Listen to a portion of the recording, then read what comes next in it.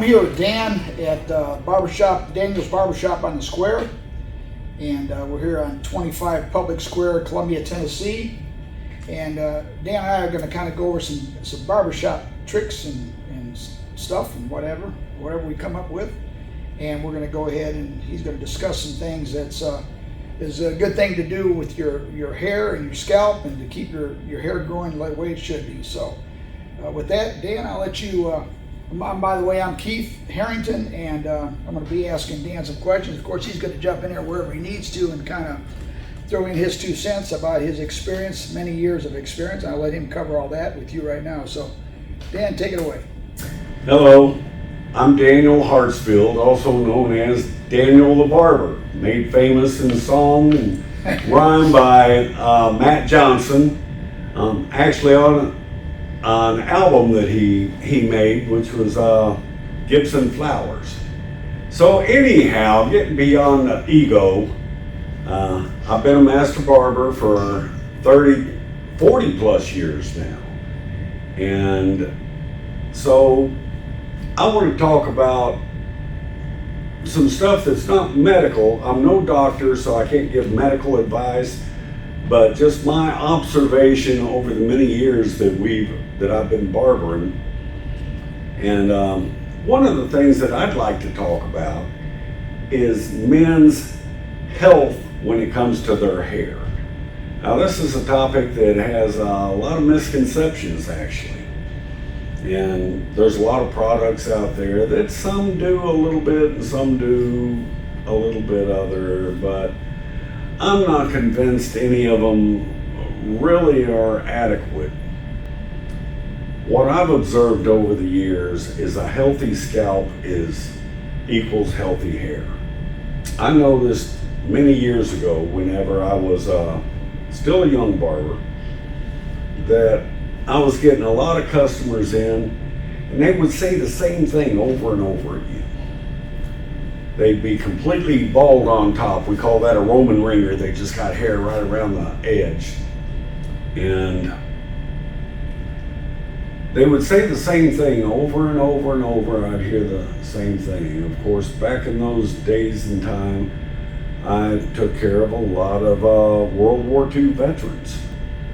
And they would say, yeah, you wouldn't believe the head of hair I had when I was a young man and went into the Army, and 2 years later I was bald. And I'm like, that's weird, and didn't really think a lot about it. But over the period of time, I began noticing that men that are compromised follically, they're challenged with the amount of follicles they have on their head. I began noticing that most of them, their skin is really tight and stretched real thin over their cranium, and there's not a lot of suppleness to their scalp. And in fact, almost like a snare drum. And so I began speculating on this and realizing that during World War II, especially in the Korean War, these guys that had this luxurious mop of hair when they first went in the Army and began their career as a soldier, which usually only lasted a couple of years, that one of the things about being a soldier then, they wore this helmet, and if you have any knowledge of how this helmet worked to protect their head from gunfire, mortar fire, any kind of shrapnel or anything, is it was virtually a metal pot. And these guys would even make soup in that metal pot, or wash their socks and underwear. All their linen. And of course they were in the field and they didn't have the luxury of having a washer and dryer out in the field where they were plying their trade. And that's a good term, I guess. So anyhow, this metal pot was very heavy. It had to be to endure those kind of things. They cook in it, they clean in it, and they wore it during combat, especially to protect their head. And well, the dynamics of that helmet was that there was a liner that went with it also. And that liner had snaps that the metal helmet snapped onto this liner. And the liner had this mesh of bands that they could adjust to fit their head, and had a chin strap and everything to keep the helmet on the head. And got to thinking about it, this strap, they strap it so tight so that they didn't lose it during combat maneuvers and things, was so tight that there was no blood flow getting to the scalp. And over a short career, and even after, you see a lot of guys flip a baseball type cap on often, and they're cutting circulation to the scalp. The way the body works, it's kind of like putting a rubber band on your little finger. You put a rubber band on your little finger, and it's there for a period of time. Eventually, you're going to lose that finger. It's not going to function. It gets no blood flow. It will wither and die. Well, same thing with the follicles on our scalp. If they're not being fed by the blood flow in the scalp, then eventually those follicles are going to wither and die. Now, it's not an overnight, sometimes it is very quick, but it's not an overnight occurrence. What happens is the body starts telling itself, well, we must not need much blood in that area. And the body itself produces weaker and smaller capillaries. The small vessels in the scalp or anywhere else in the body, and the hair follicles feed off of those capillaries. And if you've got weaker blood flow going to an area and less capillaries, then naturally you're going to lose follicles. Now, one of the things science has taught us is that every follicle produces a hair for a certain amount of time. I think it's 8 to 10 years that a follicle produces a hair. And that hair will fall out after 8 to 10 years, and a new hair will grow in its place. There will be a dormant stage, and then a new hair will grow in its place. Well, if it's not getting a good rich blood supply, it will be a weaker and less viable hair that grows out of that follicle. So what I began discovering and started counseling many men over the years, over the decades, that to massage their scalp. I'm one of those, by the way. So I was losing hair pretty quickly, and just wasn't seeing a lot of growth. My growth was really limited. And of course, Dan gave me some pointers and stuff to start massaging. I've been doing it now for probably a year. Well, a year and a half. Or so, yeah, better. And now my hair is growing like crazy. I am seeing some new growth, but more than anything, I'm seeing a lot of it. It's coming quick. Yeah. So the massaging does help, and we'll get into some other things around the whole process there. But I think it does work, and I can pretty well tell you positively in my case that it is working. So. Well, there we got a case in point. Yeah. And I've discussed this with many men over the years, and some of them even younger guys in the beginning. I started telling them, well, you know, you've got a very your scalp is very tight and it's very drawn and thin. and to massage. I think of it this way. When you're in the shower and you're washing your hair, don't think of it as washing your hair. Think of it as washing the scalp. The scalp, if you take good care of your scalp, you'll have good hair. And now there is the genetic factor. So there is the genetic factor. Maybe someday science will come up and figure out which gene is the balding gene. And that can be cured. But not all male pattern baldness, I believe, is genetic. I think some of it is circumstantial from the way we treat our scalp and our hair. Yeah, I want to throw something in there real quick. Do you think that wearing ball caps and everything like that, does that hinder or does it make any difference? Well, because I've noticed people that wear ball caps a lot are usually bald underneath it. They may be wearing a cap to cover the baldness, but does the hat actually maybe creating or assisting to the problem that's already at hand? I don't know. That's a very good question, and I think yes. Just like the way that the helmet during wartime worked with the soldiers, maybe not to as big a degree, but wearing a ball cap.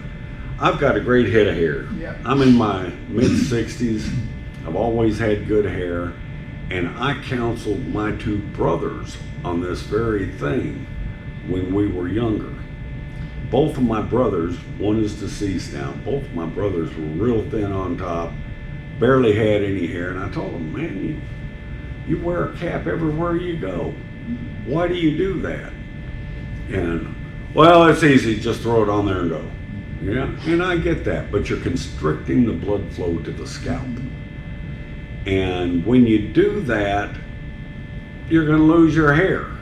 Oh, Dad's bald, we're gonna go bald, that's all there is to it. Well, I'm living proof that not necessarily. I'm not saying I never have worn caps or hats. There was times during my youngest years that I had to wear a construction helmet whenever I was working. That was before Barber, and we don't break out the jackhammer to Barber, but anyhow, I do think that is a factor. There's a lot of different factors involved, and that's one of them. I was talking about the capillaries of the scalp. I believe that massage, you move your scalp about and massage it when you're shampooing. Instead of washing the hair, massage and work that scalp up real good with the shampoo. If your scalp is healthy, your hair is going to be healthier. And the hair will get clean. You know, it can't help it. But the scalp needs suppleness, it needs blood flow, and the more you massage and work your scalp, just like any other part of the body, the more it's used, the body tends to start growing new capillaries, new vessels to bring more blood to that area. Well, if you've got a better blood supply, you're gonna have, the follicles are gonna have more food for their growth, for the hair growth. And so every time that a hair follicle falls out, a hair shaft falls out, goes dormant for a period, and then you've got new vessels that have been building in your scalp, and you're getting a better blood supply. When it grows a new hair, it'll be a more viable hair. But what happens on the other side, if nothing's happening with the blood supply and the hair gets weaker and weaker and thinner, if you notice, most guys don't go bald. You can barely tell a difference in 5 years when they first start losing hair. Then the next 5 years, there's a little bit less hair and a little bit less until it's gone. And that's because the hair shafts don't all fall out at once. You've got hundreds of thousands of follicles on your scalp. So when one falls out, and then the follicle produces a new shaft. It's a weaker and tinier hair, and it's not as viable. And then the next time that one falls out, it'll be even smaller and weaker until eventually it stops producing a hair altogether. And there's no recovery at that point. At that point, there's no recovery. But if you stop and halt that process before it happens, by keeping your scalp a good blood flow, I even work it up at night while I'm sitting watching TV. I'll just work my scalp, and you see how easy it moves, and let it just flourish up to a good pink, healthy glow on the scalp. That means it's drawing blood into that area because it's being massaged. Just like if you get your back massaged, your calves massaged, it brings blood to that area. And I think that's a key to not just hair loss, but any part of the body. If you're getting a good blood flow, it's going to be in a certain area. I've suffered with cardiac issues my whole adult life. And if you don't get good blood flow to the heart itself, you're not going to have a good, healthy heart. A lot of guys, they're going out someplace. The hair looks a mess. I haven't had a chance to get a haircut. Yep. Throw a hat on it. Yep. Throw a hat on it. Yeah. Decrease the blood supply more and more and more until you're left with, and then they turn around and wonder why they don't have the good head of hair that their buddy with a good supple head of hair has got, even into old age. You know, I'm here to prove that. Yeah. In the hair, to give it its suppleness, you notice that when hair as a man starts turning gray, whether it's in the face or the hair, generally it becomes very dry and brittle because it's lost the melanin, and it's also drying out more. And I use a little coconut oil, just raw coconut oil, comes in a tub. My wife gets it at pharmacy, I guess, drugstore, or health food stores. It looks like butter. It's not the liquid kind that you pour out. And that's really all I use to tend my beard with. And my beard is nice and soft and supple. It's not, And that's okay for the scalp too, right? That's okay for the scalp too, because generally the scalp and the skin are generally about the same all over the body. Now, there are some that have combination skin. They got dry areas, they got oily areas. That's me. My face gets oily and stuff, you know, and my scalp will be drier a lot of times. So Yeah, and some guys do have combination skin, but mostly guys will have the same issue everywhere. And so just using the right shampoo and tools to shampoo with. I keep one of these in my shower. What about these helmets and stuff? These things with LEDs and stuff in them. Is that a myth, or does it actually work, or what does it do, or does it do anything, or is it just a way for somebody to make money? I don't know. It just I can't really comment on them much. I don't have much observance of people that have told me that they've used them. And on the same note, there's a lot of creams that over the years that have come out, things like minoxidil and other things. I'm no doctor. I can't advise that, yeah, this is going to work for you or this isn't going to work. But by observation, I've known guys that have used different things like that. I've had customers that have used different things like that. And they say it works as long as you're using it. As they're using it. Once you stop, once you stop using it, they lose whatever benefit they were getting, because maybe they were getting the cream or whatever causes a surge of blood flow, but then they stop using it, they neglect their scalp. I believe that you can accomplish the same results just simply by taking good care of your scalp. And I think those things alone, if you want better hair, this is what he's telling is dead on. It does work, and I can say that firsthand. So anyway, Dan, thanks a lot for this little video we're doing here. And the pleasure is mine. And I think it's going to help a lot of folks, and we're going to be doing more of those along the way. And if you're having trouble with your hair and whatever, and in fact, if you live in Columbia, come and see Dan. Dan's Barbershop on the Square. Come to the best barber shop in Murray, if not east of the Mississippi. And on that note, for my neighbors and people that I've talked to regularly, and I send to Dan, a lot of them still go to these old cheap shops or these sports shops and stuff. They don't care anything about your hair. They're all about making a quick buck. And if you want a good haircut, you come to a guy like Dan that's going to do a good job for you, not going to chop you up and get you in and out in 5 minutes. Those 5-minute haircuts are not what they're cut out to be. I'll tell you, I've seen some real shoddy work. My neighbors would come back, oh, I'll get my hair cut for $10, and yeah, it looks like it.